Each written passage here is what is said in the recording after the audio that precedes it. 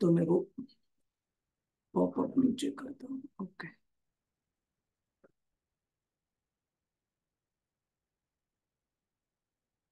जय श्री श्री राधा माधव जी की जय।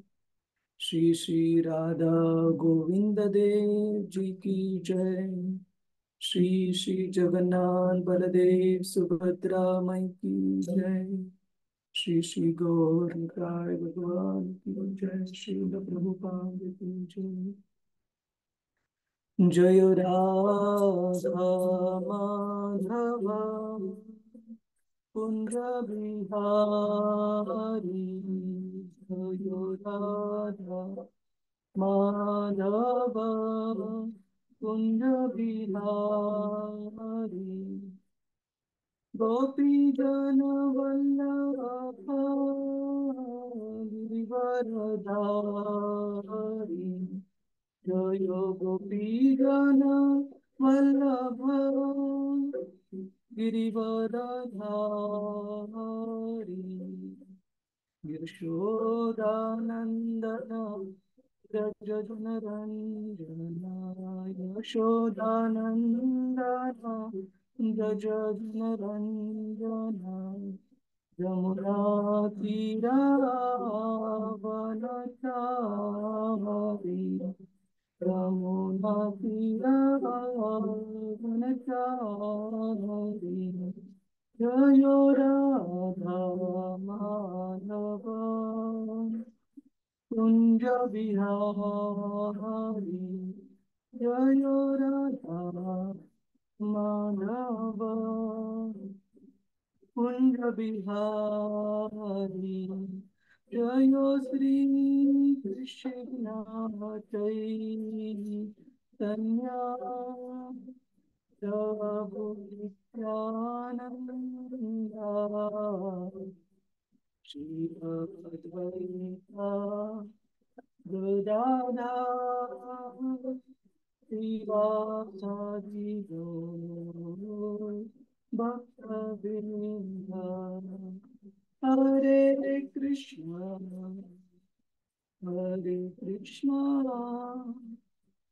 कृष्ण कृष्ण हरे हरे हरे राम हरे राम राम राम हरे हरे हरे कृष्ण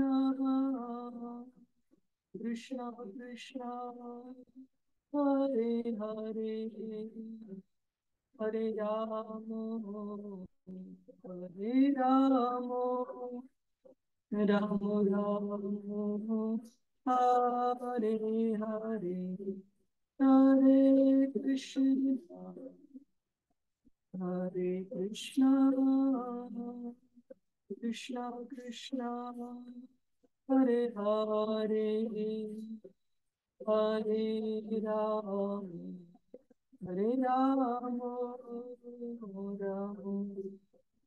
राम हरे हरे हरे कृष्ण कृष्ण कृष्ण हरे हरे हरे राम राम राम हरे हरे। जय राधा माधव राधा माधव श्री राधे राधा गोविंद राधा गोविंद श्री राधे। जय जगन्नाथ जय जगन्नाथ जय बलदेव जय सुभद्रा। जगन्नाथ स्वामी नयन पथगामी नयन पथगामी गवतुमे। जय गोपाल जय गोपाल केशव माधव विनादय जय गौरानिता जय गौरानिता गौरानिता जय गौरानिता जय जय प्रभुपाद प्रभुपाद प्रभुपाद प्रभुपाद जय जय गुरुदेव गुरुदेव गुरुदेव हरिनाम संकीर्तन की जय श्रील प्रभुपाद की जय।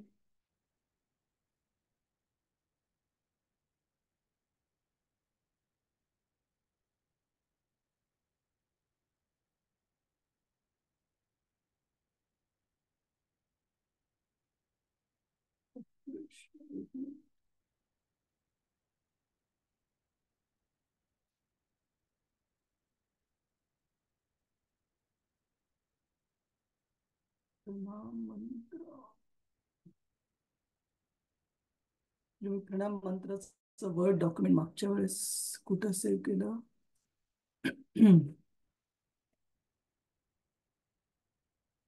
प्रभूजी मराठीतून हवाय का? हा हा मी पाठवते. ठीक आहे, किंवा तुम्ही तिथे तुमच्या लॅपटॉपवर असेल तर तिथे पण शेअर करू शकतो. मला डाउनलोड करावं लागेल ना. अच्छा ठीक आहे ठीक हा आहे ठीक, मी तुम्हाला पाठवते. ओके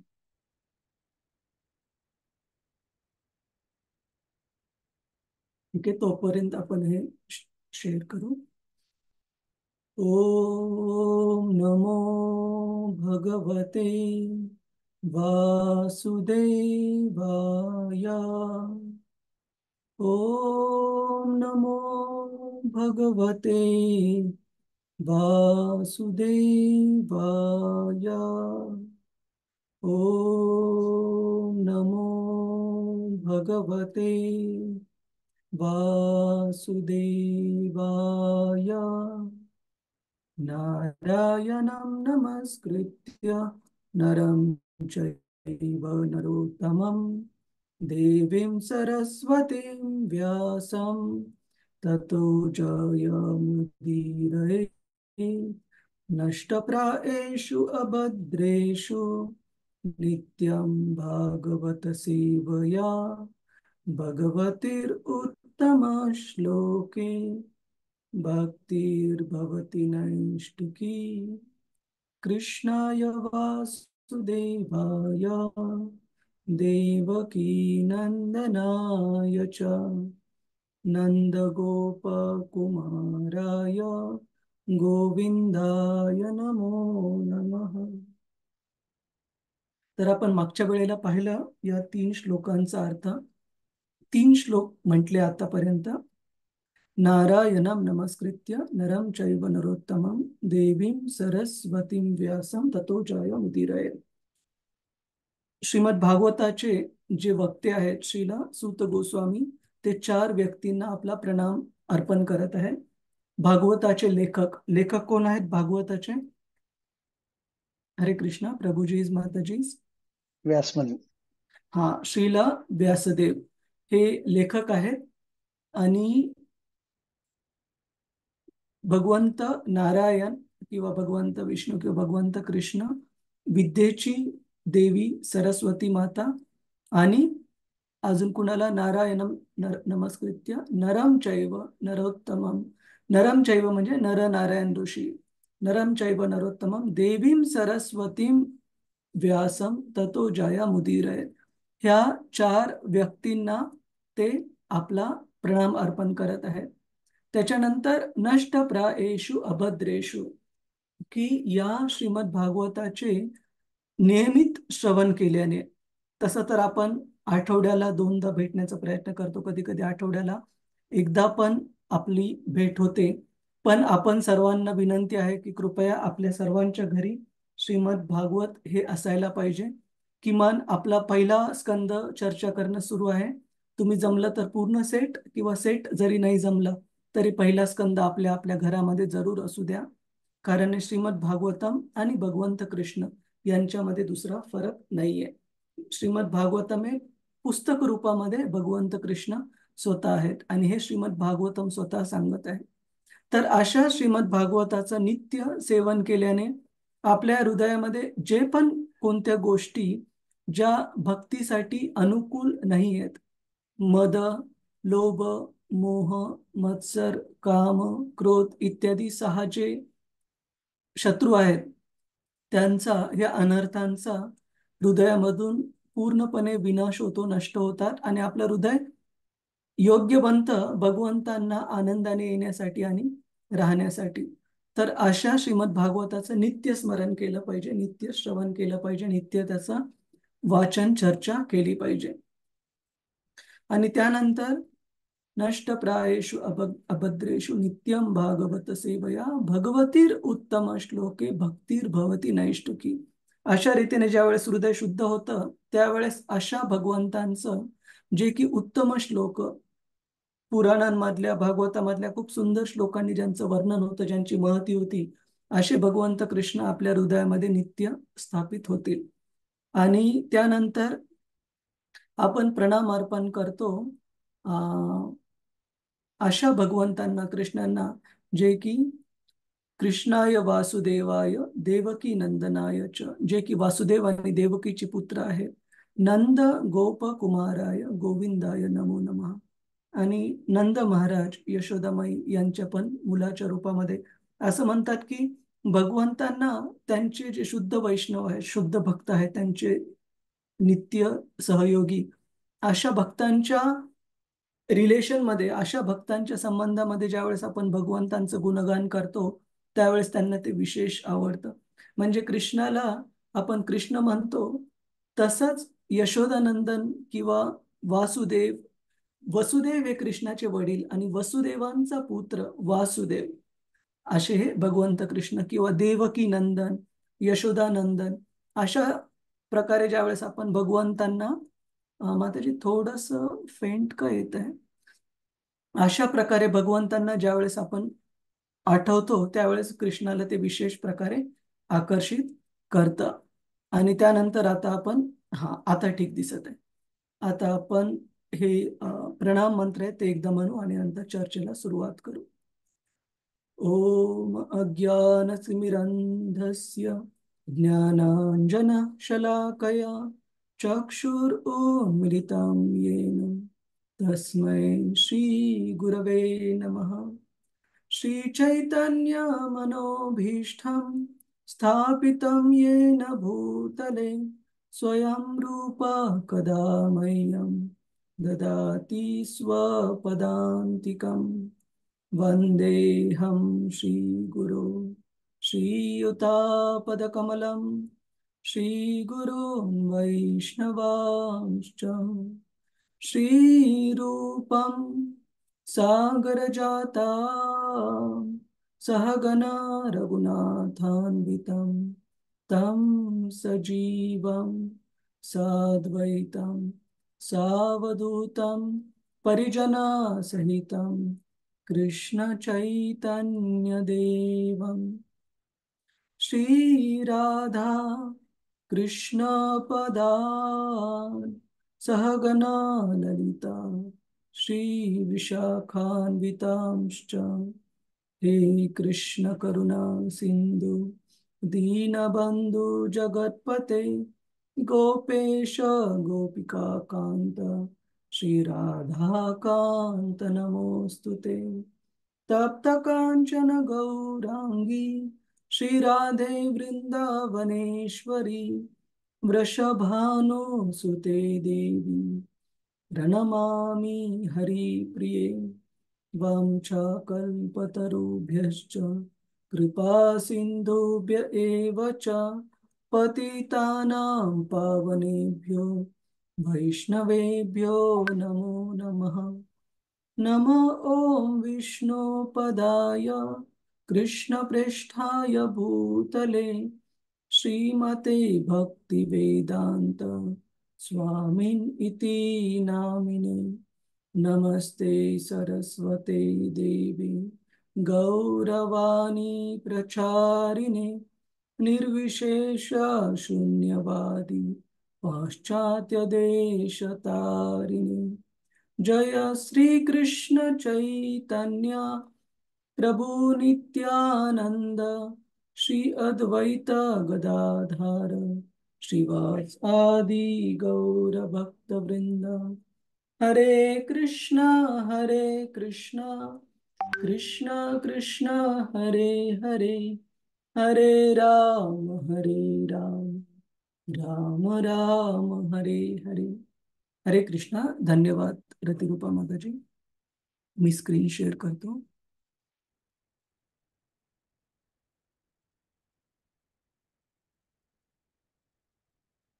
तर आत्ता जे आपण मंगलाचरण म्हटलं, पूर्ण मंगलाचरण जे त्यामध्ये श्री चैतन्य महाप्रभूंसाठी पण प्रार्थना आहे आणि वृंदावनच्या तीन प्रमुख अर्चविग्रह आहेत.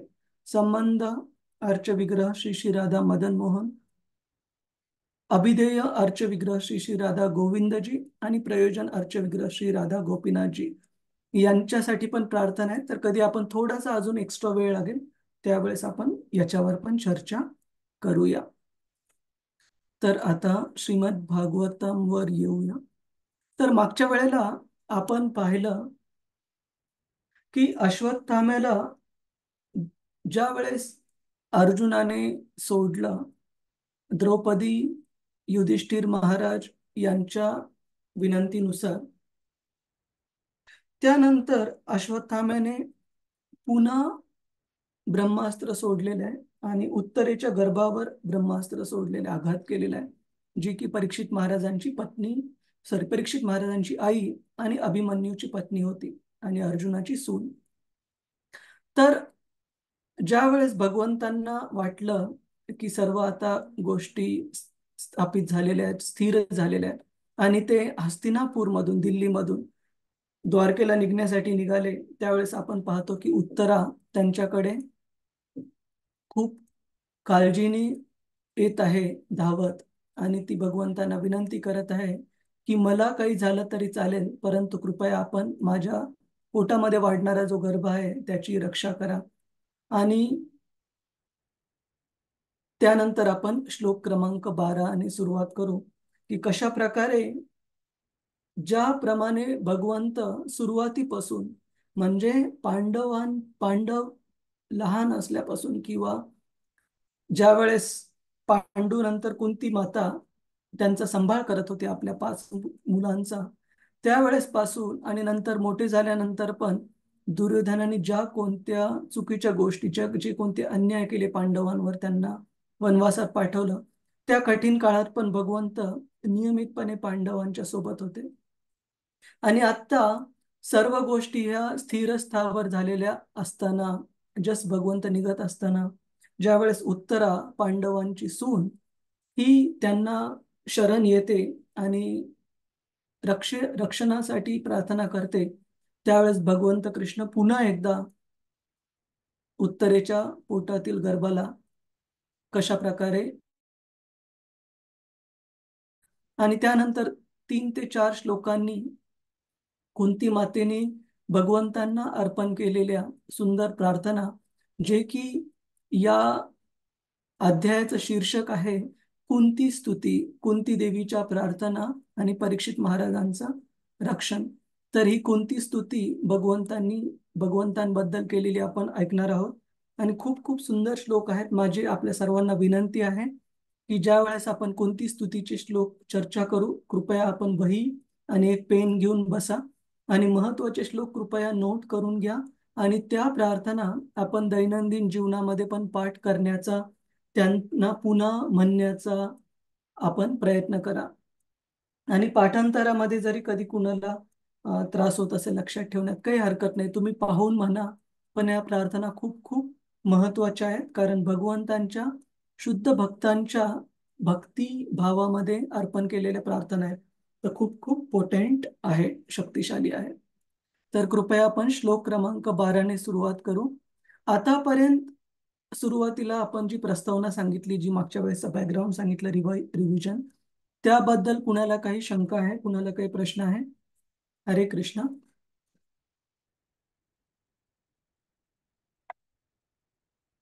ठीक आहे, आपण पुढे जाऊ. कृपया तुम्ही म्हणण्याचा प्रयत्न करा. श्लोक क्रमांक 12.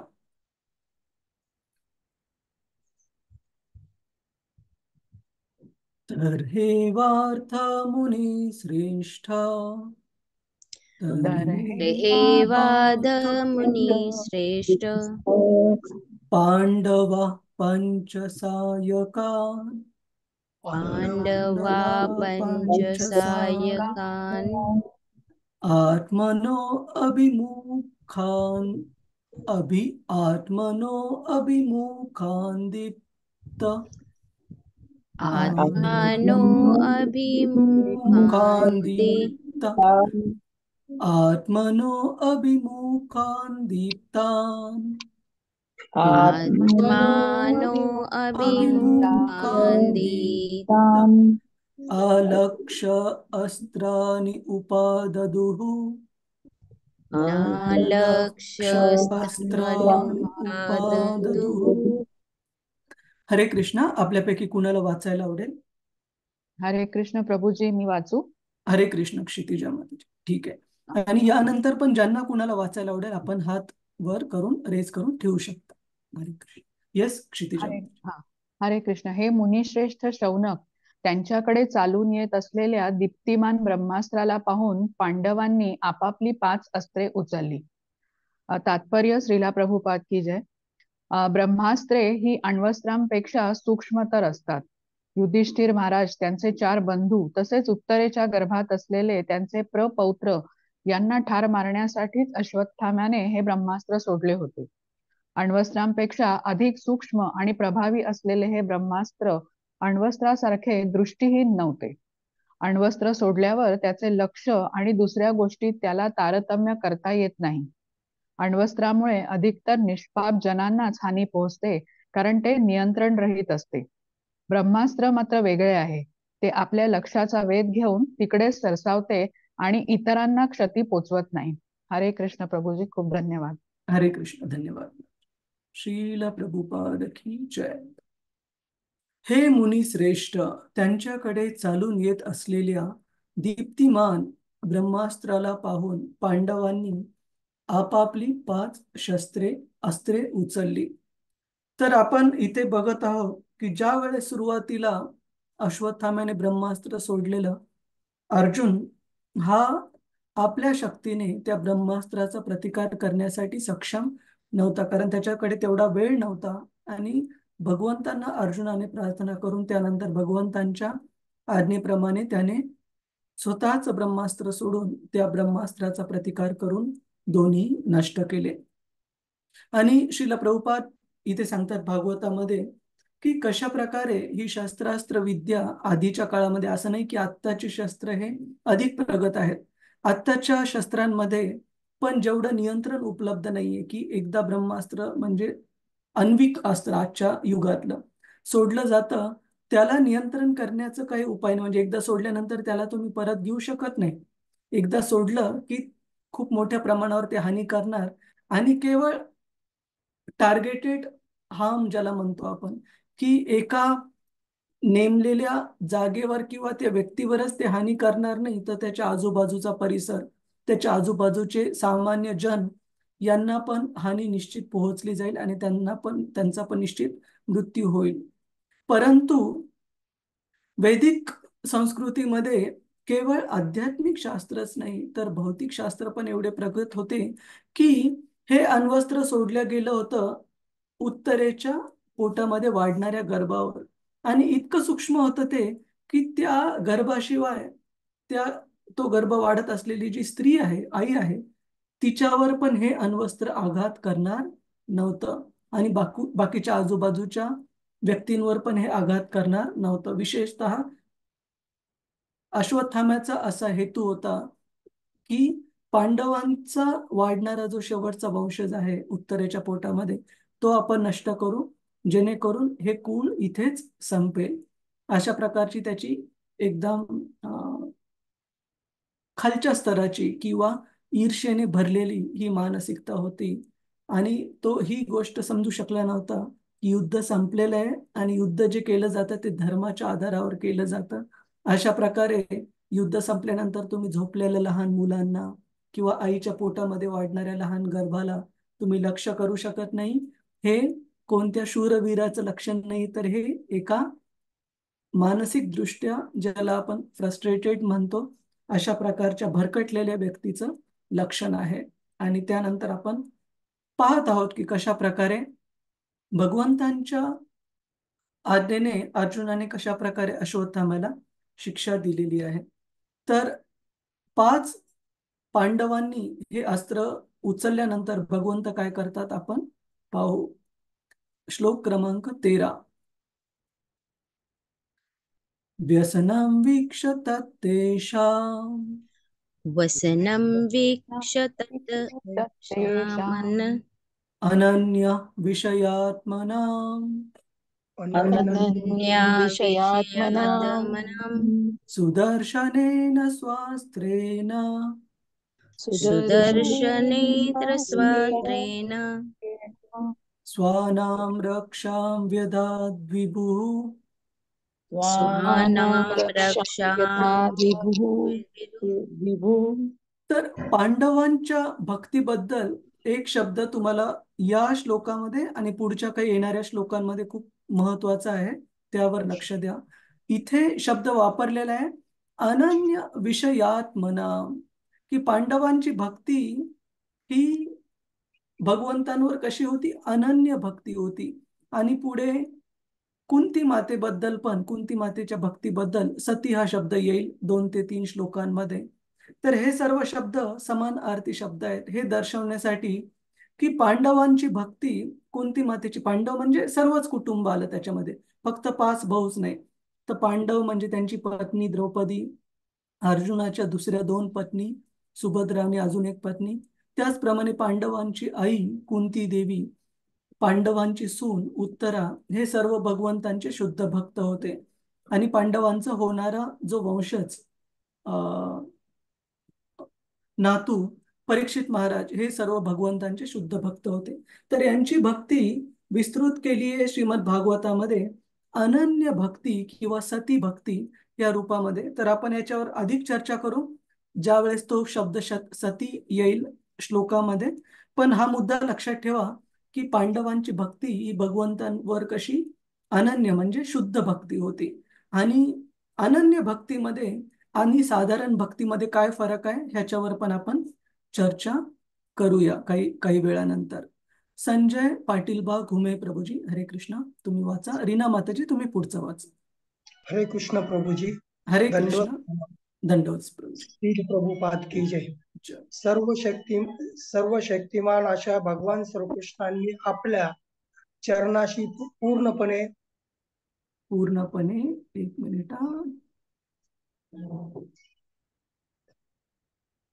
पूर्णपणे आश्रित आश्रित असलेल्या अन्य भक्तांवर घोर संकट आल्याचे पाहून तत्काळ आपले सुदर्शन चक्र उचलले. तात्पर्य: अश्वत्थाम्याने सोडलेले सर्वात अधिक शक्तिमान ब्रह्मास्त्र काहीसे अण्वस्त्रासारखेच आहे, परंतु ते अधिक विकिरणकारी आहे आणि उष्णतेची निर्मिती करणारे आहे. वेदातील मंत्रांच्या उच्चारण प्रक्रियेच्या अत्यंत सूक्ष्मतर ध्वनिलहरींची उत्पत्ती असलेले हे ब्रह्मास्त्र अत्यंत प्रगत शास्त्रांनी निर्मिती आहे. या अण्वस्त्राचा दुसरा लाभ हा की हे आण्विक अस्त्राप्रमाणे अंध स्वरूपाचे नाही. त्याचे संधान इतरांना वर्ज करून प्रत्यक्ष लक्ष्यावर करता येते. अश्वत्थाम्याने पांडव कुळांच्या सर्व पुरुषांना संपवून टाकण्यासाठी हे सोडले होते. लक्ष्य ते सोडले होते. एका दृष्टीने हे ब्रह्मास्त्र आण्विक अस्त्रापेक्षा अधिक भयंकर होते, कारण हे ते कितीही मोठ्या दुर्गम स्थानात पोहोचू शकणारे आणि लक्ष्याचे अचूक वेध घेणारे होते. हे सर्व जाणून भगवान श्रीकृष्णांनी आपल्या अनन्य भक्ताच्या रक्षणार्थ तत्काळ आपले अस्त्र हातात घेतले. श्रीमद भगवत गीतेत भगवंतांनी स्पष्ट वचन दिलेले आहे की ज्यांचे भक्त कधीही नष्ट होत नाहीत. भगवंत भक्तांच्या सेवेच्या गुणवत्तेनुसार किंवा श्रेणीनुसार त्यांच्याशी वागत असतात. येथे अनन्य विषयात्मा नाम हा शब्द महत्वाचा आहे. पांडव स्वतः घोर योद्धे होते, तरी भगवंतांनी दिलेल्या संरक्षणावरच ते पूर्णपणे अवलंबून होते. परंतु भगवंत थोर योद्ध्यांनाही मानित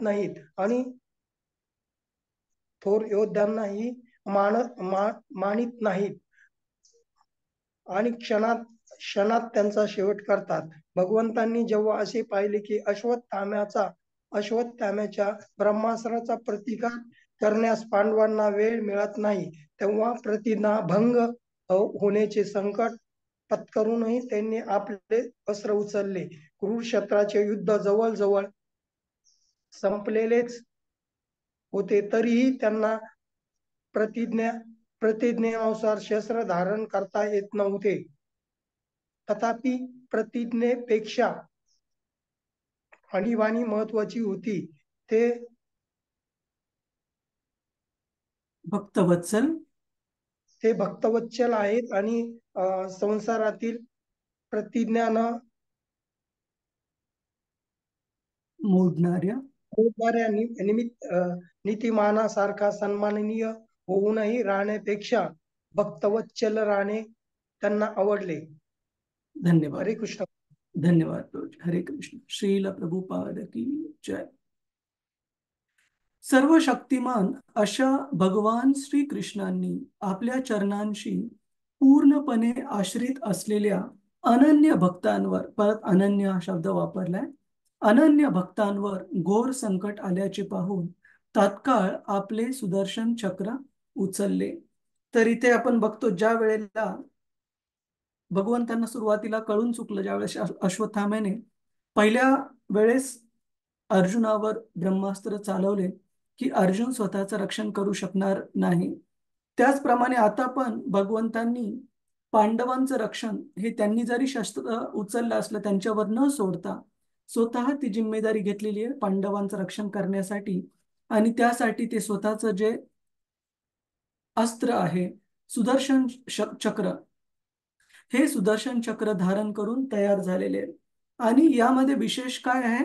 विशेष आहे की आपण पाहतो कुरुक्षेत्राच्या युद्धाच्या सुरुवातीला, युद्धाच्या अगोदर भगवंतांनी प्रतिज्ञा केलेली की ते या युद्धामध्ये कोणतंही शस्त्र उचलणार नाहीत. आणि आपण पाहतो की कुरुक्षेत्राच्या युद्धभूमीवर पण भगवंतांनी आपली ही प्रतिज्ञा एका वेळेस त्यांना मोडावी लागली. कोणत्या वेळेस मोडावी लागली प्रभुजी, माताजी? हरे कृष्ण प्रभुजी. हरे कृष्ण. येस संजय प्रभुजी. हरे कृष्ण प्रभुजी. पितामह भीष्मांच्या सोबत जेव्हा युद्ध चालू होते त्यावेळेस भगवान श्रीकृष्णांना आपली प्रतिज्ञा मोडावी लागली. हा, आपण पाहतो. धन्यवाद धन्यवाद प्रभुजी. तर आपण पाहतो ज्या वेळेस भगवंतांचे शुद्ध भक्त अर्जुन याचा जीव धोक्यात होता, कारण भीष्मांनी भीष्म प्रतिज्ञा केलेली की ज्याप्रमाणे भगवंतांच्या सांगण्यानुसार अर्जुनाने हे जे 5 बाण, जे की 5 पांडवांना मारण्यासाठी मी राखीव ठेवलेले होते, ते 5 बाण घेऊन गेलेले आहे अर्जुन. त्यामुळे ह्या 5 बाणांशिवाय पण उद्या म्हणजे दुसऱ्या दिवशी मी एवढं तीव्रतेने युद्ध करेल की पाचही पांडवांपैकी विशेषतः अर्जुनाचा विनाश करेल उद्या, ह्या 5 बाणांच्या शिवाय पण. आणि ज्यावेळेस भीष्म एवढे शक्तिशाली होते कारण त्यांना इच्छामरण होता, त्यांना साक्षात बृहस्पतींनी युद्धविद्या शिकवलेली होती, परशुरामांनी युद्धविद्या शिकवली होती आणि बृहस्पतींनी वेदांचं ज्ञान स्वतः शिकवलं होतं भीष्मदेवांना. तर असे भीष्मदेव ज्यावेळेस युद्धात उतरले ते पण भगवंतांचे शुद्ध भक्तच आहेत. 12 महाजनांपैकी एक आहेत भीष्मदेव. तर ज्यावेळेस निर्धाराने ते युद्धामध्ये उतरले, की ज्या प्रकारे भगवंतांनी मला माझी प्रतिज्ञा मोडण्यास प्रवृत्त केले, हे 5 बाण अर्जुनाकडून काढून घेऊन, त्यामुळे मी जी प्रतिज्ञा केली होती की त्या 5 बाणांनी मी दुसऱ्या दिवशी 5 पांडवांचा वध करेल युद्धभूमीवर, ती प्रतिज्ञा मला पूर्ण करता येणार नाही. त्यामुळे मी पण अशा प्रकारे लढेल की अर्जुनाचा जीव निश्चित धोक्यात असेल. आणि मला खात्री आहे की कृष्ण आपले भक्तवत्सल, आपल्या भक्तांच्या संरक्षणासाठी निश्चित युद्धामध्ये उतरतील आणि आपले शस्त्र घेतील. तर यावेळेस पहिल्यांदा भगवंतांनी हातामध्ये, ज्यावेळेस त्यांना कळालं की भीष्माच्या या तीव्र उग्र रूपासमोर भीष्म एवढ्या तीव्रतेने लढत आहेत, अर्जुनाचा टिकाव लागणार नाही आणि अर्जुनाचा मृत्यू निश्चित आहे, त्यावेळेस भगवंतांनी स्वतः रथाचं चाक उचललं आणि भीष्मावर त्यांनी आक्रमण केलं. आणि भगवंतांचं हे रूप पाहून भीष्म पूर्णतः भगवंतांना शरण गेले. कारण शेवटी भगवंतांच्या भक्तांना स्वतःच जिंकणं किंवा स्वतःच हारणं हे महत्वाचं नाहीये. भगवंतांच्या शुद्ध भक्तांना महत्वाचं आहे की भगवंतांना कशामध्ये प्रसन्नता प्राप्त होईल. तर भीष्मदेव ज्यावेळेस त्यांनी पाहिलं भगवंतांनी रथाचं चाक उचललेलं, त्यावेळेस त्यांनी आपलं अर्जुनासोबतचं युद्ध थांबवलं आणि भगवंतांना शरण गेले. त्यांना पूर्णपणे आपला प्रणाम सादर केला की शेवटी भगवंतांची जर इच्छा आहे अर्जुनाचं रक्षण व्हावं, तर मी त्याच्या विरुद्ध जाऊ इच्छित नाही. त्याचप्रमाणे आपण इथे पण पाहत आहोत की कुरुक्षेत्राचं युद्ध संपलेलं आहे, परंतु भगवंतांची प्रतिज्ञा अजूनही लागू आहे. का? कारण अश्वत्थामा हा पांडवांना हानी पोहोचवण्याचा प्रयत्न करत आहे, त्याच युद्धाच्या घटनेचा बदला घेण्यासाठी, ज्यावेळेस त्याच्या वडिलांना मारल्या गेलं, द्रोणाचार्यांना. तर अजून त्याची जी ईर्ष्या आहे ती गेलेली नाहीये. आणि त्यामुळेच त्याच युद्धातल्या घटनेचा भाग म्हणून अश्वत्थामा इथे एकदा नाही दुसऱ्यांदा इथे ब्रह्मास्त्र सोडत आहे. आणि पांडवांचा इथे निभाव लागणार नाही म्हणून भगवंत स्वतः सुदर्शन चक्र इथे त्यांनी धारण केलेलं आहे. आणि इथे सांगितलंय की भगवंतांना आपल्या स्वतःच्या प्रतिज्ञेपेक्षा कोणती गोष्ट प्रिय आहे. तथापि शेवटचे 3-4 ओळी जर तुम्ही पाहिल्या, तथापि प्रतिज्ञेपेक्षा आणीबाणी महत्वाची होती. कशामुळे आणीबाणी होती तिथे? कारण भगवंतांच्या शुद्ध भक्तांचा जीव धोक्यात होता.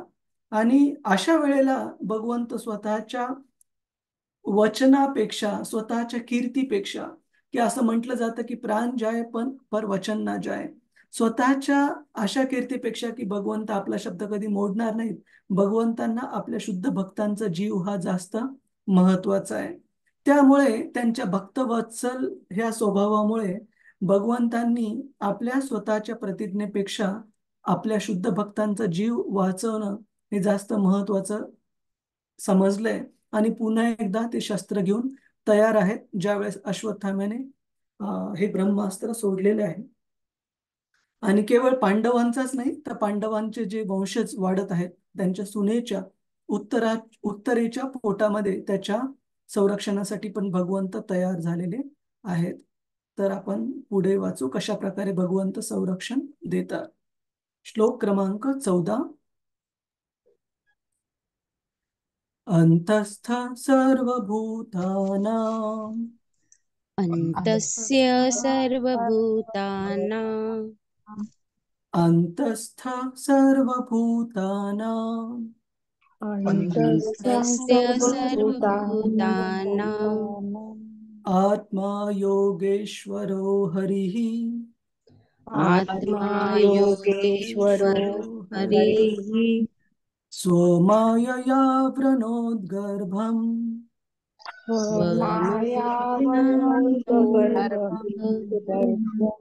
वैराट्यः कुरुतन्तवे वैराट्या कुरुतन्वे. रीना माताजी, हरे कृष्णा. हरे कृष्ण. यस माताजी. योगेश्वर. वाचायचं तुम्हाला दिसतच नाही माताजी? प्रभूजी माझ्या स्क्रीनला. अच्छा, दिसत नाहीये, हो एक मिनिट. वाचायचंय प्रभूजी. हो हा, एक मिनिट. हा, मी तुम्हाला स्टॉप करून पुन्हा शेअर करतो. आता एकदा बघा, आता दिसत आहे. हो प्रभूजी. हा, योगेश्वर श्रीकृष्ण. एक सेकंड. हा आता आलंय. अं, कुठे गेलं ते? हा, योगेश्वर श्रीकृष्ण प्रत्येकाच्या हृदयात परमात्मा म्हणून वास करतात. त्यांनी कुरुवंशाच्या संततीचे रक्षण करण्यासाठी उत्तरेच्या गर्भाला स्वशक्तीने झाकून टाकले. तात्पर्य: योगेश्वर भगवान आपल्या स्वांश असलेल्या परमात्मा रूपाने एकाच वेळी प्रत्येकाच्या हृदयात किंवा अणूमध्ये देखील निवास करतात. म्हणून उत्तरेच्या शरीरातूनच पांडू ज्यांचे वंशज होते त्या कुरु महाराजांच्या संततीचे रक्षण करण्याच्या हेतूने अर्थात परीक्षित महाराजांना वाचविण्यासाठी त्यांनी उत्तरेच्या गर्भाला आच्छादून टाकले.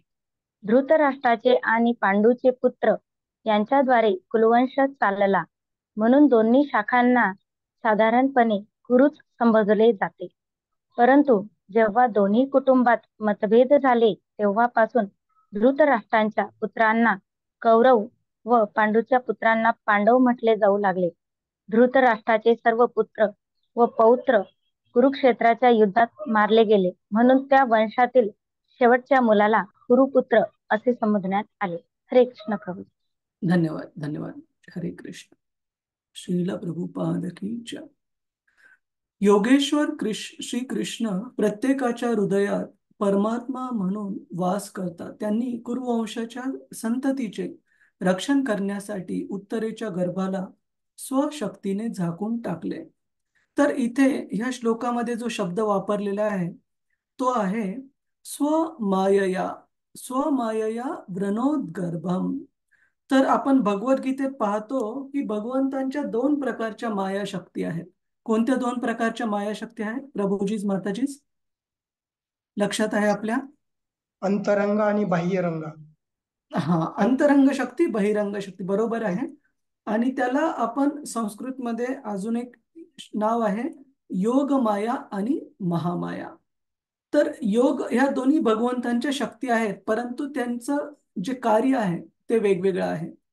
योग माया शक्ती ही भगवंतांच्या लीलांमध्ये मदत करते आणि त्या लीलांमध्ये त्यांच्या भक्तांना गाईड करण्यासाठी, त्यांना गाईडला आपण मराठीमध्ये काय म्हणतो? गाईड करणे, मार्गदर्शन. मार्गदर्शन. हा, मार्गदर्शन करण्यासाठी योगमाया शक्ती ही कार्य करते. आणि जे कोणते भगवान पासून विमुख झालेले जीव आहेत, जे स्वतःच्या इंद्रिय भोगासाठी या भौतिक जगतामध्ये ज्यांची मरमर चालू आहे, तडफड चालू आहे, अशा जीवांना नियंत्रित करण्यासाठी महामाया शक्ती कार्य करते. तर योगमाया ही भगवंतांच्या भक्तांसाठी आणि महामाया ही भौतिकवादी लोकांसाठी. क्लिअर आहे सगळ्यांना 2 माया शक्तीमध्ये काय फरक आहे प्रभूजीज, माताजीज? हो प्रभूजी. तर इथे सांगितलंय स्वमायया, म्हणजे भगवंतांची स्वतःची माया शक्ती म्हणजे योगमाया. विशेषतः का योगमाया कशामुळे कार्य करेल? कारण पांडव, कुंती, द्रौपदी, उत्तरा आणि उत्तरेच्या गर्भामध्ये वाढणारा गर्भ परीक्षित, हे सर्व भगवंतांचे शुद्ध भक्त आहेत. कारण की हे सर्व शुद्ध भक्त आहेत, यांच्यावर कोणती शक्ती कार्य करेल? योगमाया शक्ती. महामाया करणार नाही. महामाया कुणावर कार्य करेल? जसं अश्वत्थामा असू, जसं दुर्योधन असू, जसं रावण असू, जसं कर्ण असू, अशा प्रकारच्या भौतिकवादी व्यक्तींवर महामाया शक्ती कार्य करते. तर इथे सांगितलंय की भगवंतांनी आपल्या स्वतःच्या माया शक्तीने म्हणजे योग माया शक्तीने परीक्षित महाराजांचं रक्षण करण्यासाठी त्या गर्भाला पूर्ण उत्तरेच्या पोटामध्ये, गर्भामध्ये पूर्णपणे त्या बाळाला झाकून घेतलेलं आहे, जेणेकरून हे ब्रह्मास्त्र जे सोडलेलं आहे अश्वत्थाम्याने कुरुवंशाच्या शेवटच्या मुलाला ठार मारण्यासाठी, आईच्या पोटात वाढत असलेल्या त्या उत्तरेच्या पोटातील मुलाचं रक्षण करण्यासाठी. आणि आपण भगवद्गीतेच्या पहिल्या श्लोकामध्ये पण बघतो, धृतराष्ट्र सांगतो, कोणता श्लोक आहे? धर्मक्षेत्रे कुरुक्षेत्रे. कुणाला म्हणायला आवडेल हा श्लोक? रतिरूपा माताजी, हरे कृष्ण. धर्मक्षेत्रे कुरुक्षेत्रे पुढे समवेता समवेता युयुत्सवः पांडवाश्चे मामका पांडवाश्चैव पांडवाश्चैव किम कुर्वत अकुर्वत. संजय किम अकुर्वत संजय. की धृतराष्ट्र म्हणत आहे की हे संजया, मामका म्हणजे माझे पुत्र आणि पांडूचे पुत्र. धृतराष्ट्र नेहमी अशा प्रकारे भेदभाव करत होता की आपल्या भावाच्या मुलांना म्हणजे पांडूच्या मुलांना, पांडवांना त्यांनी कधी आपलंसं करून वाढवलंच नाही. नेहमी त्यांचे वडील नसताना पण खरं तर धृतराष्ट्राचं कर्तव्य होतं की वडिलांचं प्रेम देऊन त्यांना पण मोठं करणं आपल्या मुलांसोबत. पण नेहमी तो त्यांना पांडूची मुलं असं संबोधित राहिला. आणि खरं पाहिलं तर पांडूचे मुलं आणि धृतराष्ट्राचे मुलं हे दोघंही कुरु वंशाची मुलं होते. त्याच्यामुळे दोघांनाही कुरुवंशी किंवा कौरव म्हणायला पाहिजे. परंतु धृतराष्ट्र पांडूच्या मुलांना वेगळं समजायचं, त्यांना पांडव म्हणायचा आणि केवळ आपल्या मुलांना कुरुवंशाचे मुलं किंवा कौरव असं संबोधलं जायचं. परंतु नंतर धृतराष्ट्र आणि गांधारीचे सर्व अधर्माचं पालन करणारे सर्व मुलं आणि त्यांचे मुलं म्हणजे धृतराष्ट्राचे नातू वगैरे पण या कुरुक्षेत्राच्या युद्धभूमीवर मारले गेले. आणि शेवटचा कुरुवंशाचा जो वंशज बाकी होता तो म्हणजे उत्तरेच्या पोटात वाढणारा गर्भ. म्हणून परीक्षित महाराजांना संबोधित करण्यासाठी ते शब्द वापरलेला आहे कुरुपुत्र. कुरुपुत्राच्या कुरुवंशाच्या संततीचे रक्षण करण्यासाठी भगवंतांनी स्वतःच्या योग माया शक्तीने या उत्तरेच्या गर्भाला आच्छादित केलेला आहे, वेढून टाकलेला आहे आणि या गर्भाचं रक्षण करण्यासाठी. त्यानंतर काय होतं आपण पाहूया. अजून एक महत्वाचा मला मुद्दा आपल्याला सांगायचा होता जो राहून गेला आधीच्या श्लोकामध्ये. एक मिनिट.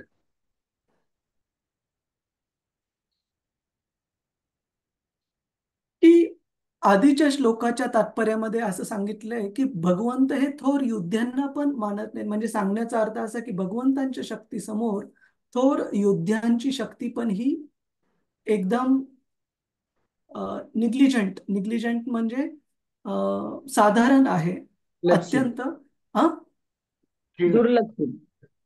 दुर्लक्षित किंवा अत्यंत तुच्छ. का? कारण भगवंतांची शक्ती आहे. सूर्यासमोर तुम्ही कितीही मेणबत्त्या जरी आणल्या तरी सूर्याच्या प्रकाशासमोर त्या मेणबत्तीचा प्रकाश तग धरणार नाही. त्याचप्रमाणे कितीही महान योद्धे जरी असले तरी भगवंतांची शक्ती ही अशा असंख्य महान योद्ध्यांपेक्षा श्रेष्ठ आहे. त्याचं एक उदाहरण माझ्या डोक्यात आलेलं पण मी सांगायचं विसरलो की ज्या वेळेस आपल्याला सगळ्यांना माहिती आहे की प्रल्हाद महाराजांचे वंशज हे कोण होते? भगवंतांचे महान भक्त बली महाराज होते. आपल्या सगळ्यांना ऐकून आहात आपण. त्याच वंशामध्ये आणि बली महाराज कुठे राहतात? बलिमर्दन लिहिल्यानंतर पाताल सुतल लोकात राहतात, पाताल लोकामध्ये. तर आतल, तलातल, वितल, सुतल, पाताल हे वेगवेगळे पृथ्वीपेक्षा खालचे ग्रह आहेत. तर त्यापैकी सुतल लोकामध्ये ह्यांचं बली महाराजांचा निवास आहे. तर ज्या वेळेस रावण हा पण प्रल्हाद महाराज, बली महाराज त्यांच्याच वंशामध्ये खाली येत आहे, असुर वंशामध्ये. आणि ज्या वेळेस रावण हा आपल्या पूर्वजांना म्हणजे बली महाराजांना मदत मागण्यासाठी ज्या वेळेस त्यांनी पाहिलं की प्रभू रामचंद्र आणि त्यांचे जे वेगवेगळे सैनिक कमांडर्स आहेत, अंगद असू, हनुमानजी असू, सुग्रीव असू, वाली असू, या सर्वांसोबत एवढी मोठी वानर सेना घेऊन अयोध्येला चारही बाजूनी वेढलेला आहे. त्यावेळेस युद्ध सुरू होण्या अगोदर रावण हा स्वर्गलोकामध्ये गेला आणि सॉरी, स्वर्ग लोकामध्ये नाही, सुतल लोकामध्ये, खालच्या लोकांमध्ये. आणि आपले जे पूर्वज होते बली महाराज, त्यांना मदत मागण्यासाठी, त्यांना भेटण्यासाठी गेला, जिथे की वामनदेव भगवंत कृष्ण पण वामन देवाच्या रूपामध्ये बली महाराजांचे गेट कीपर, द्वारपाल म्हणून तिथे आपल्या शुद्ध भक्ताप्रती सेवा अर्पण करत आहेत. तर ज्या वेळेस तो भेटण्यासाठी गेला, बली महाराजांना मदत मागितली. बली महाराजांनी त्याचं स्वागत केलं आणि आपल्या महालाच्या बाहेर उद्यानामध्ये त्याला घेऊन गेले आणि रावणाला तिथे सोन्याचं एक खूप मोठं हिल म्हणजे टेकडी किंवा असं डोंगरासारखं दिसलं, सोन्यात सुवर्णाचं. आता रावणाला तर सोनं हे खूप आवडायचं, कारण अशा आसुरिक लोकांना भगवद्गीता सांगते की भोग ऐश्वर्य प्रसक्तानाम, ऐश्वर्य आणि उपभोग करण्याची वृत्ती ही खूप तीव्र असते अशा असुर लोकांमध्ये. तर ज्यावेळेस रावणाने ते सोन्याचं पाहिलं पर्वत, पूर्ण लंका सोन्याने भरलेली आहे, पण रावणाला त्याच्याबद्दल आकर्षण होतं. की बली महाराज म्हटले, हे काय पाहिलंस का तू? तर रावण म्हटलं, हे तर सोन्याचा पर्वत दिसत आहे. ते म्हटले की काही हरकत नाही, तुला आवडला, घेऊन जा तू माझ्यातर्फे भेट. तर रावण म्हटलं ठीक आहे. बली महाराज म्हणाले की फक्त एक अट आहे, की ह्या सोन्याच्या टेकडीला, पर्वताला तुला घेऊन जायचं असेल तर तुला स्वतःच्या शक्तीने उचलून घेऊन जावं लागेल. तर रावण म्हटलं ठीक आहे, काय अवघड आहे ते. पण रावणाला हलवता पण येत नव्हतं, इतका जड होता तो सोन्याचं जे टेकडी होती ती. तर नंतर बली महाराजांनी रावणाला सांगितलं की तुला माहित आहे हे काय आहे रावणा? तर ते म्हटलं काय आहे? ते म्हटलं तू हे लक्षात घे रावणा, की हे माझ्या आधीचे जे पूर्वज होऊन गेलेत, त्या हिरण्यकशिपूच्या कानाची बाली, ज्याला म्हणतो आपण कानातलं जे, ते हे सोन्याची टेकडी. आणि अशा हिरण्यकशिपूला नरसिंहदेवांनी आपल्या मांडीवर घेऊन त्याची ओपन हार्ट सर्जरी केली. जागच्या जागी एवढे सगळे वरदान असताना, ब्रह्माचे नियमित जगण्यासाठीचे, अनंत काळासाठी जगण्यासाठीचे वरदान असून पण त्या हिरण्यकशिपूचा क्षणार्धात भगवंतांनी नष्ट केलं त्याला नरसिंहदेवांच्या रूपामध्ये. आणि त्या हिरण्यकशिपूच्या कानातलं जे आहे ते उचलण्यासाठी तुला स्ट्रगल करावं लागत आहे. आणि तेच नरसिंहदेव आत्ता त्रेतायुगामध्ये भगवंत प्रभू रामचंद्र या रूपामध्ये आलेले आहेत. तर याचा अर्थ काय होतो? प्रभूजी माताजी काय सांगायचा प्रयत्न करत आहेत बली महाराज रावणाला? गणेश कुलकर्णी प्रभूजी, हरे कृष्ण. हिरण्यकशिपू एवढा शक्तिशाली असून सुद्धा तो अशा अवस्थेत आहे. हा, तू तर म्हणजे स्वतः रावण, स्वतः तू म्हणजे किती जरी तुझी शक्ती बलवान प्रदर्शित केलंस तरी तू म्हणजे कमी आहेस याच्या पुढे. कमी आहेस. आणि तुला हे रावणा, तुला हिरण्यकशिपूच्या कानातलं पण उचलताना त्रास होत आहे. तर एवढी शक्ती हिरण्यकशिपूची होती, त्याच्यामुळे तो किस झाड की पत्ती किंवा किस झाड की मुली, की तुझा काही टिकाव लागणार नाही, तू रामचंद्रांना शरण जा. तर अशा प्रकारे सांगण्याचा अर्थ हा, की हे जे महान योद्धे असू द्या, कितीही महान व्यक्ती असू द्या, हिरण्यकशिपू असू द्या, रावण असू द्या, कंस असू द्या, किंवा कोणीही भैया भौतिक जगातले असुर असू द्या, भगवंतांच्या शक्तीपुढे हे सर्व या महान योद्ध्यांची शक्ती ही कशी आहे? इनसिग्निफिकंट. इनसिग्निफिकंट म्हणजे तुच्छ आहे, काहीच त्याची किंमत नाहीये. ज्याप्रमाणे आपण उदाहरण देतो, ज्याप्रमाणे सूर्यासमोर एका मेणबत्तीचा प्रकाश हा तुच्छ आहे, की आपण दुपारच्या उन्हामध्ये जर मेणबत्ती धरली तर त्याचं स्वतःचं, त्या ज्योतीचा प्रकाश आजूबाजूला पण पडणार नाही, एवढी सूर्याचा प्रकाश आणि उष्णता ही तीव्र असते. त्याच प्रकारे अशा महान योद्ध्यांची शक्ती भगवंतांसमोर पण तुच्छ आहे. आणि असे भगवंत आता सरसावलेले आहेत, पुढे झालेले आहेत या त्यांच्या शुद्ध भक्ताचं, परीक्षिताचं रक्षण करण्यासाठी. कुणाचा काही प्रश्न आहे प्रभूजी माताजी? या आत्ताची आपण सांगितलेली गोष्ट आहे रावणाची आणि बली महाराजांची, आणि कशा प्रकारे रावणाला चांगली शिक्षा देण्यासाठी कुणी कुणी प्रयत्न केले. विभीषणाने प्रयत्न केले, त्याच्या लहान भावाने. कुंभकर्णाने प्रयत्न केले. रावणाला स्वतःची मदत करण्या अगोदर कुंभकर्ण पण रागवला की काय मूर्खपणा केलास तू सीतेला पळून आणण्याचा, परत कर रामचंद्रांना. पण रावणाची जी भौतिक आसक्ती होती त्यामुळे कुंभकर्ण नंतर त्याच्यावर बाध्य झालं युद्ध करण्यासाठी. त्याच प्रकारे रावणाची जी पत्नी होती मंदोदरी, तिने प्रयत्न केले आपल्या नवऱ्याला चांगला उपदेश करण्याचा. आणि आता स्वतःचे जे त्याचे वंशज आहेत अगोदरचे बली महाराज, ते त्याला सांगण्याचा प्रयत्न करत आहेत. पण परंतु रावणाला ही चांगली बुद्धी काही सुचली नाही शेवट झाल्याशिवाय. तर आपण इथे पुढे पाहत आहोत भगवंत पुढे कशा प्रकारे परीक्षित महाराजांचं रक्षण करतात. कुणाचा काही प्रश्न आहे प्रभूजीज माताजीज? बुजी माझी एक शंका आहे. हा, हरे कृष्ण. हरे कृष्ण. बली महाराज आणि रावण यांचं वंशज मान्य आहे, पण काय रिलेशन?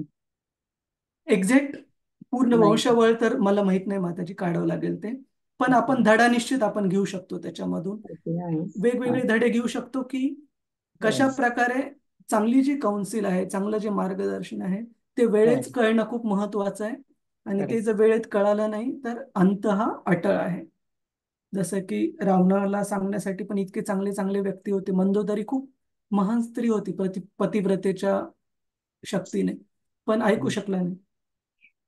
ठीक आहे, पंचकन्यामध्ये तिचं नाव आहे ना? नाव आहे, करेक्ट. आणि विभीषण पण, जे की भगवंतांचे शुद्ध भक्त आहेत, ते त्याचे सख्खे भाऊ होते, त्यांनी पण सुधरवायचा प्रयत्न केला. तर ते आपण आपला धडा शिकू शकतो. ठीक आहे, हरे कृष्ण. अजून कुणाचा काही प्रश्न आहे प्रभूजीज माताजीज? माझा एक हे आहे, तुम्ही आता जे सांगितलं की श्रीरामांनी अवतार घेतला, तर ते मला नाव परत एकदा कळेल. हे हिरण्यकशिपू, हिरण्यकशिपू नरसिंहदेव. नरसिंह. हा, ओके नरसिंहदेव. ओके ओके, धन्यवाद. हरे कृष्ण. 4 युगांमध्ये आपण पाहतो, सत्ययुगामध्ये भगवंत येतात नरसिंहदेव म्हणून, त्रेतायुगामध्ये येतात प्रभू रामचंद्र म्हणून, द्वापार युगामध्ये भगवंत स्वतः अवतरित होतात भगवंत श्रीकृष्ण, आणि कलियुगामध्ये भगवंत हे छिन्न अवतार म्हणजे हिडन इन्कार्नेशन, असं अवतार जो की शास्त्रामध्ये सांगितलेला आहे. परंतु ज्या प्रकारे भगवंते प्रत्येक युगामध्ये उघडपणे अवतरित होतात, त्याप्रमाणे भगवंतांच्या रूपामध्ये न अवतरित होता भगवंतांच्या भक्ताच्या रूपामध्ये अवतरित होतात कलियुगामध्ये श्री चैतन्य महाप्रभूंच्या रूपामध्ये.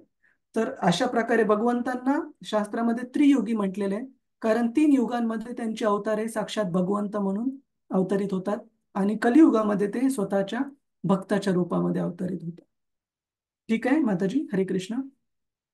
मंजरी माताजी, अजून कुणाचा काही प्रश्न आहे, काही जिज्ञासा आहे प्रभूजीज माताजीज? आपण अजून एक श्लोक घेऊ आणि मग हरे कृष्ण प्रभूजी. हरे कृष्ण ललिता माताजी. हा, पण हे वामन अवतार वगैरे हे पण सत्ययुगातलेच होते ना प्रभूजी? वामन अवतार आणि बली अवतार हे ना, मला एक्झॅक्टली पाहावं लागेल माताजी. ठीक आहे, हे दशावतारामध्ये येतात, पण एक्झॅक्ट काळ मला एकदा चेक करावं लागेल. हरे कृष्ण. आणि त्या असं नाही की एका युगामध्ये एकच आहे, जसं कलियुगामध्ये पण तुम्ही पाहिलं चैतन्य महाप्रभू काही एकमेव अवतार नाही, कल्की पण येणार आहेत कलियुगाच्या शेवटी. परंतु ज्या वेळेस आपण युग अवतार म्हणतो त्या युगातला तो सर्वात महत्वाचा भगवंतांचं अवतरण आहे. ठीक आहे, हरे कृष्ण. आपण अजून एक श्लोक पाहू. श्लोक क्रमांक 15 कृपया तुम्ही म्हणण्याचा प्रयत्न करा. यद्यपि अस्त्रं ब्रह्म शिरस्त्वं,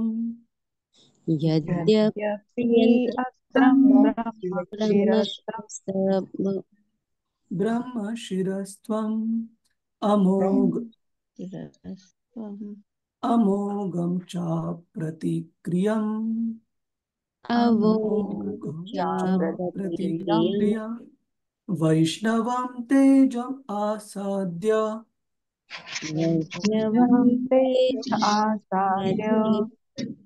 समशाम्य भृगुद्वः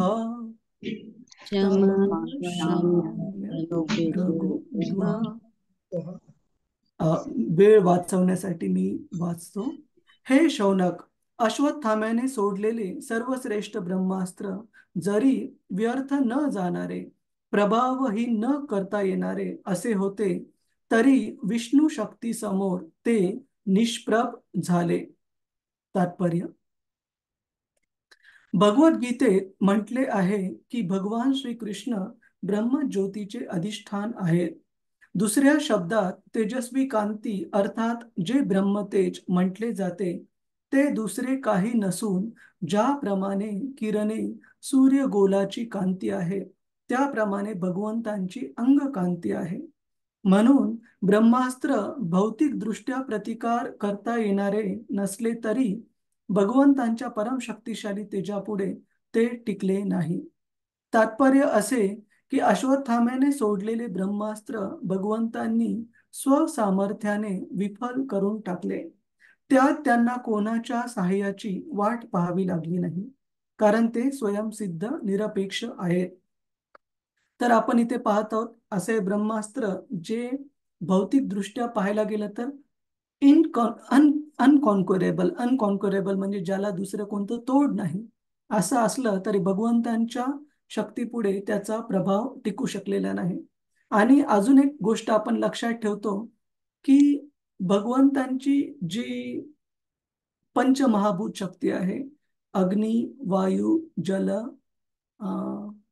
आकाश आणि पृथ्वी, अर्थ, वॉटर, फायर, एअर आणि इथर, तर हे खूप शक्तिशाली आहे. जसं की आपण पाहतो याच्यामध्ये सर्वात स्थूल म्हणजे सर्वात ग्रॉस जी आहे ती पृथ्वी आहे, जे की आपण हाताने मातीला हात लावू शकतो, दगडांना हात लावू शकतो, जे की पृथ्वी या पंचमहाभूताचं रूप आहे.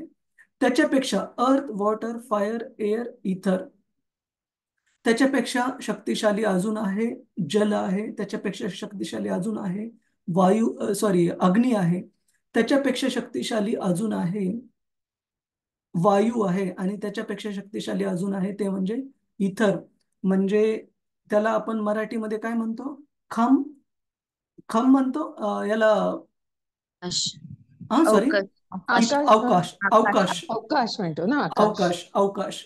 तर इथे आपण बघत आहोत की जेवढं कोणताही भौतिक एंटिटी ज्यावेळेस जेवढी सूक्ष्म होत जाते तेवढी ती जास्त शक्तिशाली आहे. तर आपण अण्वस्त्राचं किंवा इथे पाहतो ब्रह्मास्त्र हे अश्वत्थाम्याने सोडलेलं आहे, याची शक्ती आहे, अग्नीमध्ये शक्ती नाहीये त्याची शक्ती आहे त्याच्या लहरींमध्ये. आपण अगोदरच्या पण श्लोकाच्या तात्पर्यामध्ये पाहिलं की याच्या लहरी या एवढ्या शक्तिशाली आहेत. त्याचप्रमाणे अण्वस्त्राची जी ऊर्जा आहे ती ऊर्जा ही लहरींमध्ये परावर्तित होते, आणि ह्या लहरी एवढ्या शक्तिशाली असतात की त्या मोठ्या मोठ्या इमारतींना पण नष्ट करू शकतात. अण्वस्त्रामध्ये, ॲटॉमिक बॉम्बमध्ये तुम्ही जर वाचलं तर त्याच्यापासून निघणाऱ्या ज्या लहरी परावर्तित होतात त्या खूप जास्त शक्तिशाली असतात. परंतु इथे तात्पर्यामध्ये आपल्याला भागवत सांगत आहे की या लहरींचा जो स्रोत आहे ते अंततः भगवंतांचं तेज, भगवंतांचं जे ब्रह्मतेज आहे ते आहे, आणि ह्या ब्रह्मतेजाचे भगवंत स्वतः हे अधिष्ठान म्हणजे हे ब्रह्मतेज भगवंतांचे हे भगवंतांच्या शरीरापासून निघणारा प्रकाश आहे. तो अंततः या ब्रह्मतेजाचे स्रोत जे आहेत ते पण भगवंत स्वतः आहेत. त्याच्यामुळे पंचमहाभूतामध्ये जरी एक तत्व दुसऱ्या तत्वापेक्षा खूप शक्तिशाली असलं तरीही भगवंतांच्या शक्तीसमोर या ब्रह्म तेजाची पण शक्ती, त्याच्या लहरीची पण शक्ती ही निग्लिजंट म्हणजे तुच्छ आहे. भगवंतांचं तेज हे सर्व पंचमहाभूतांच्या तेजापेक्षा कितीतरी पटीने हे अनंत आहे, अधिक आहे.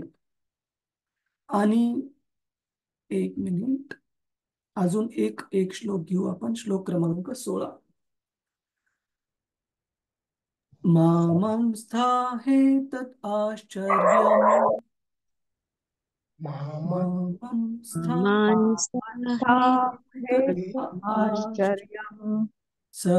आश्चर्यम् सर्व आश्चर्यमयेच्युते,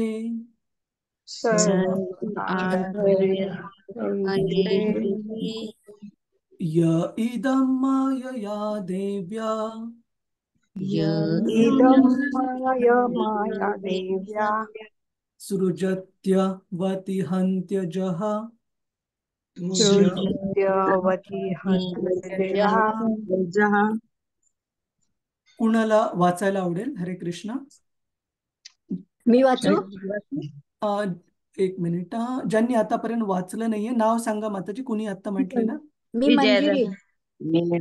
अरे बापरे, एक मिनिट थांबा जरा. आधी कुणी म्हटलं होतं? ठीक आहे, विजय माताजी तुम्ही वाचा. मंजरी माताजी आपल्यासाठी आपण एक श्लोक घेऊ अजून. ठीक आहे, काय हरकत नाही सर. गुरुजी हरे कृष्ण. उद्या चालेल, परवा चालेल, काय चालेल. हरकत नाही. Okay okay. विजय माताजी हरे कृष्ण.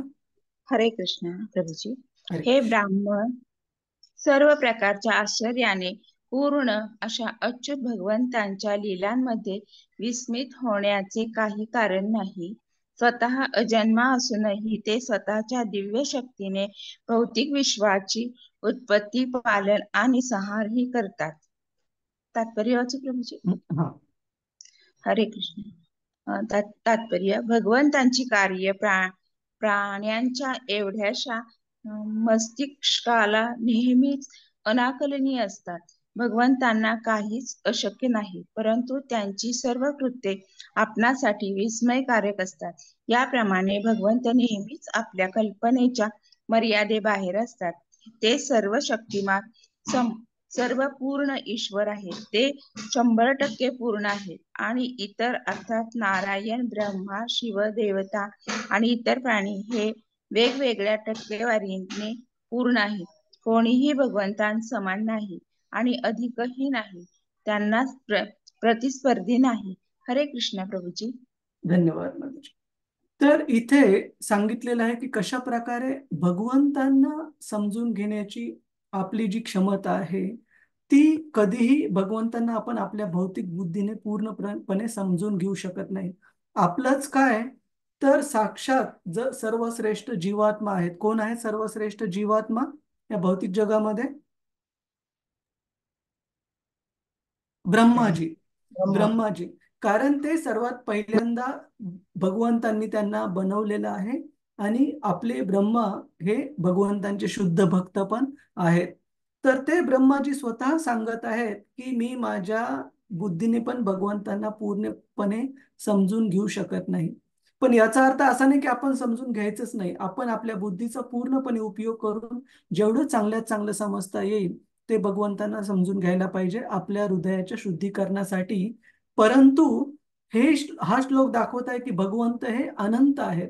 म्हणजे कोणी म्हणू शकत नाही की माझी बुद्धिमत्ता ही न्यूटन प्रमाणे आहे किंवा आईन्स्टाईन प्रमाणे आहे आणि या बुद्धीच्या स्तरावर मी भगवंतांना पूर्णपणे समजेल. एक छोटस उदाहरण देतो मी की तुम्ही मुंगीला कन्सिडर करा.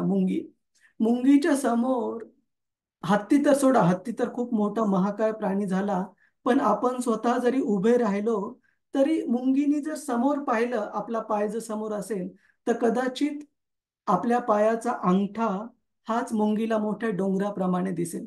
करेक्ट? बरोबर आहे. आणि तो जर पायाचा अंगठा हलवत असेल तर मुंगीला वाटेल की तोच एखादा प्राणी आहे जो आपल्याला हानी करू शकतो आणि ती बाजूला होऊन घाबरून दुसऱ्या दिशेने पळू लागेल. परंतु मुंगीला हे माहित नाही की तो पायाचा जो छोटासा तिला डोंगराप्रमाणे दिसत आहे तो आपल्या पायाचा छोटासा अंगठा आहे आणि त्या अंगठ्याच्या वर एवढं मोठं शरीर पण इथे उभा आहे त्या मुंगीच्या समोर. का? कारण त्या मुंगीची पाहण्याची क्षमता ही सीमित आहे. त्याचप्रमाणे आपण या भौतिक जगतामध्ये बघतो की आपल्याला 2 डायमेन्शनल 3 डायमेन्शनल अशा गोष्टी ज्ञात आहेत. की 2 डायमेन्शनल म्हणजे समोरचा एक्स अंश आणि बाजूचा वाय अंश, यामध्ये आपल्याला गोष्टी समजू शकतात. आणि 3 डायमेन्शनल म्हणजे वरून पण गोष्टी आपण समजू शकतो. परंतु शास्त्रात सांगतंय की केवळ 2 डायमेन्शनल आणि 3 डायमेन्शनल या जगात या विश्वामध्ये उपलब्ध नाहीये, तर ह्याच्यापेक्षा जास्त वरचे पण डायमेन्शन्स उपलब्ध आहेत. पण ज्याप्रमाणे एक मुंगी तिने कितीही प्रयत्न केला तरी ती पूर्ण रूपाला आपल्या समजणं फार अवघड आहे मुंगीसाठी. का? कारण तिची पाहण्याची दृष्टी ती भगवंतांच्या कृपेने तेवढीच दिलेली आहे. त्याचप्रमाणे आपली जी पाहण्याची दृष्टिकोन आहे तो पण भगवंतांच्या कृपेने एका विशिष्ट मर्यादेपर्यंतच आहे. असं नाही की मनुष्य आहोत म्हणून बुद्धिमत्ता सुधारलेली म्हणून आपण सगळं जाणू शकतो, बिलकुल नाही. अशा काही काही गोष्टी आपल्याला ऐकून आश्चर्य वाटेल प्रभूजीज माताजीज, की काही काही बाबतीमध्ये प्राण्यांना पण भगवंतांनी आपल्यापेक्षा जास्त बुद्धी किंवा पात्रता दिलेली. उदाहरणार्थ असं सांगितलं जातं की पृथ्वीमधून प्राप्त होणाऱ्या ज्या ध्वनी लहरी आहेत, त्या काही काही ध्वनी लहरी बाकीचे प्राणी जे आहेत, जसे कुत्रे असू द्या, गायी असू द्या, हे लवकर ओळखू शकतात, परंतु मनुष्याला त्याची जाणीव होत नाही. उदाहरणार्थ, ज्या वेळेस 1992 साली लातूरमध्ये किल्लारी इथे भूकंप झालेला, असं सांगितलं जातं की त्या भूकंपामध्ये जे मोकळे प्राणी होते, गायी गुरढोर, ज्यांना बांधलेलं नव्हतं, किंवा पाळलेले कुत्रे जे मोकळे होते, बांधलेलं नव्हतं, अशा बांधलेल्या नसलेल्या कोणत्याच जनावराचा किंवा प्राण्याचा अंत नाही झाला. का? असं सांगितलं जातं की भूकंप होण्याच्या 1 दिवस अगोदर गायी, वासरे, गुरढोर किंवा कुत्रे हे पण बराच आवाज करत होते, पण त्या आवाजाचा लोकांना कळू शकला नाही अर्थ काय होत होते. सांगण्याचा अर्थ असा की अशा प्राण्यांना भगवंतांच्या कृपेने अशा काही काही शक्ती प्राप्त आहेत ध्वनी लहरींना ओळखण्याची वगैरे, जे की मनुष्य पण ओळखू शकत नाही.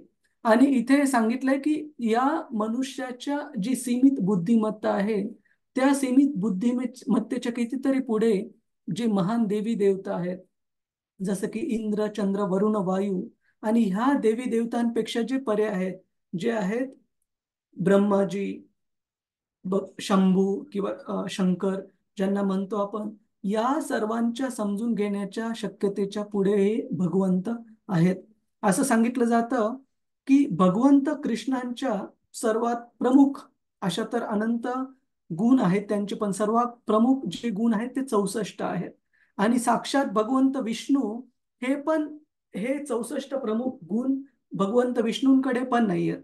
भगवंत विष्णू हे भगवंतांचं, कृष्णाचं विस्तारित रूप असले तरी त्यांमध्ये पण हे 64 गुण नाही आहेत. 60 हे प्रमुख गुण आहेत 64 पैकी, जे की आपण जर इथं कम्प्युटेशन केलं तर 60 म्हणजे जवळपास 93% माझ्या मते. हा, 93 ते 94% हे भगवंत कृष्णांचे गुण अधिकाधिक मात्रेमध्ये भगवंत विष्णूमध्ये उपलब्ध असतात. आणि शंकर, भगवंत शिवजींबद्दल जे सांगितले, त्यांना पण भगवंत कधी कधी म्हटलं जातं. भगवंतांचे जे महान भक्त आहेत त्यांना पण कधी कधी भगवान हा शब्द वापरला जातो. तर शिवजींमध्ये सांगितलेलं आहे की 84% म्हणजे मला वाटतं 56, हा, हे जे आहेत 87.5 एवढे हे शिवजींमध्ये मॅक्सिमम गुण असू शकतात. आणि याच्यापेक्षा कमी म्हणजे साक्षात ब्रह्मदेवांमध्ये 78% म्हणजे सर्वात श्रेष्ठ जे जीवात्मा आहेत भगवंतांच्या प्रमुख गुणांपैकी जास्तीत जास्त 78% गुण हे ब्रह्माजींमध्ये आहेत. आणि ब्रह्माजींपेक्षा आपण सर्व तर निश्चित कितीतरी खालच्या मर्यादेमध्ये. तर सांगण्याचा अर्थ असा की हे जे सर्वात परिपूर्ण जीवात्मा आहेत, ब्रह्माजी असू द्या, त्यांच्यापेक्षा श्रेष्ठ भगवंत शंकर, शिवजी. का? कारण शंभू तत्व हे जीव तत्वापेक्षा श्रेष्ठ आहे. असे शिवजी हे पण भगवंतांचे जे विस्तारित रूप आहेत त्यांच्या तुलनेमध्ये जे गुण आहे, संख्या आहे, ती शिवजींमध्ये पण कमी आहे. तर यावरून काय आपण समजू शकतो प्रभूजी, माताजी, या कॅटेगरायझेशन वरून ही जी हायरार्की दिलेली आहे त्याच्यामधून काय समजू शकतो आपण?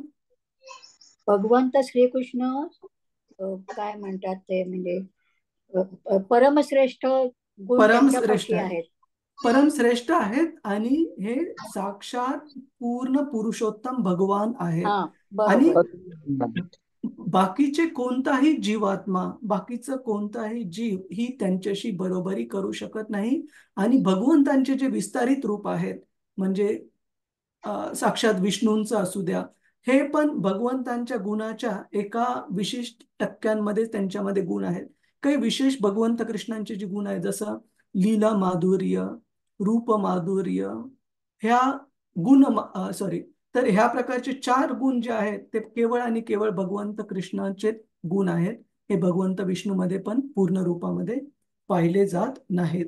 आणि भागवतम हे पूर्णतः अशा प्रकारे भगवंतांचं वर्णन करतं की ज्यामध्ये आपण भगवंतांचा पूर्ण प्रकारे स्तर जाणून घेऊ शकतो.